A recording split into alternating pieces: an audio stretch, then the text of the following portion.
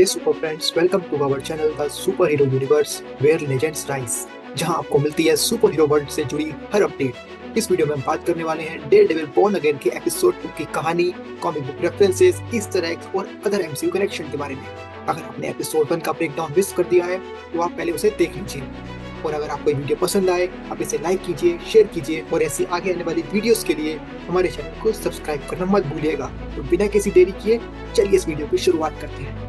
तो एपिसोड 2 की शुरुआत होती है मैट मोडॉक से, जो अभी भी डेयरडेविल बनने से बच रहा है और अपने वकालत के पेशे पर ध्यान दे रहा है।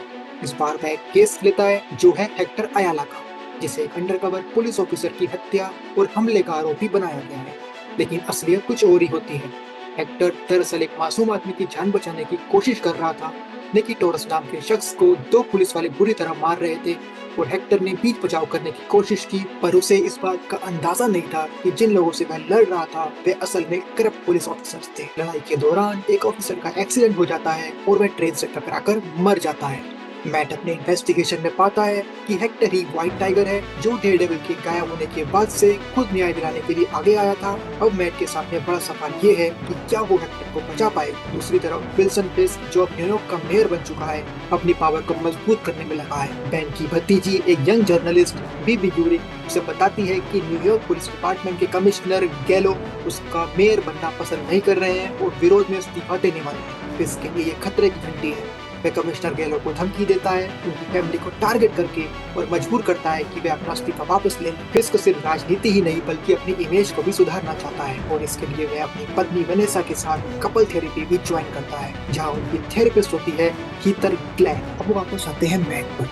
वह निकीटोरस तक पहुंचता है, लेकिन करप्ट पुलिस उसे पकड़ने की कोशिश करती है, और वह मोमेंट है जब मैट अपने पुराने अंदाज में वापस आता है और उन पुलिस वालों से भिड़ जाता है और निकी को बचा लेता है। यहाँ हमें फिर से वही डेयरडेविल वाइब्स देखने को मिलती हैं जो हम सभी मिस कर रहे थे। इस एपिसोड में हेक्टर अयाला यानी व्हाइट टाइगर का रोल निभाने वाले एक्टर कमार दी लॉस रेस को एक ट्रिब्यूट भी दिया गया है। दिसंबर 2023 में उनकी डेथ हो गई थी और उनके लिए ये एपिसोड एक तरह की श्रद्धांजलि ही है। तो दोस्तों, ये थी डेयरडेविल बोर्न अगेन के एपिसोड 2 की पूरी कहानी। अब बात कर लेते हैं इस एपिसोड में दिखाए गए Easter eggs, comic book references और अदर एमसीयू कनेक्शंस के बारे में। तो पहला है विल्सन फिस्क का स्पाइडरमैन को रेफरेंस करना। जी हाँ, तो एपिसोड 2 की शुरुआत में जब न्यूयॉर्क के नए मेयर विल्सन फिस्क अपनी स्पीच में कहते हैं कि अब शहर को gun toing maniac with the skull on his chest, यानी फिस्क बात कर रहे हैं द पनिशर की, और साथ में ही वो कहते हैं a man who dresses in a spider outfit, जिसमें वो रेफरेंस दे रहे हैं स्पाइडरमैन का।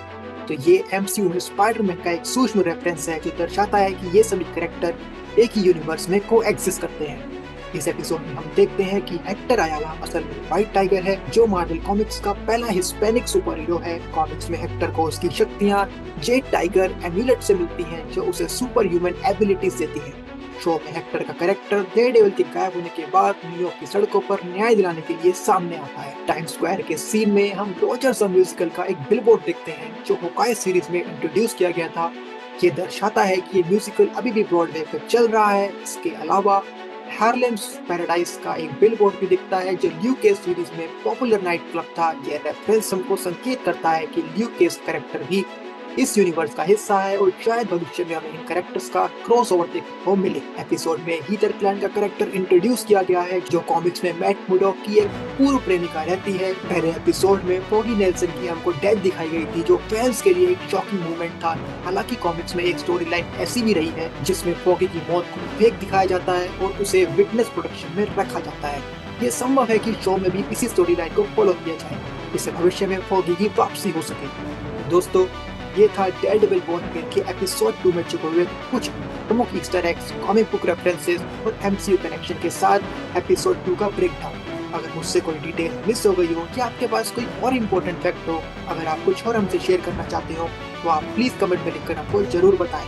अगर आपको ये वीडियो पसंद आई हो, इसे आप लाइक कीजिए, अपने फ्रेंड्स एंड फैमिली के साथ शेयर कीजिए, और आने वाली सारी सुपर हीरो अपडेट्स के लिए हमारे चैनल के साथ जुड़े रहिए। और अगर आपने अभी तक हमारी डेयरडेविल की कॉमिक बुक की ओरिजिन हिस्ट्री वाली वीडियो नहीं देखी है, तो आप प्लीज आके उसको भी देख सकते हैं, जिसमें हमने बात करी है डेयरडेविल के कॉमिक बुक ओरिजिन की, इसके क्रिएटर की, इसकी बैकग्राउंड हिस्ट्री की। ऐसी और अमेजिंग वीडियोस के लिए आप हमारे चैनल को सब्सक्राइब कीजिए, इस वीडियो को लाइक कीजिए, शेयर कीजिए, और हाँ, बेल आइकन को दबाना बिल्कुल ही मत भूलिएगा। तब तक के लिए stay in the crew, we will get you on DC and MCU। Thank you very much, take care of yourself.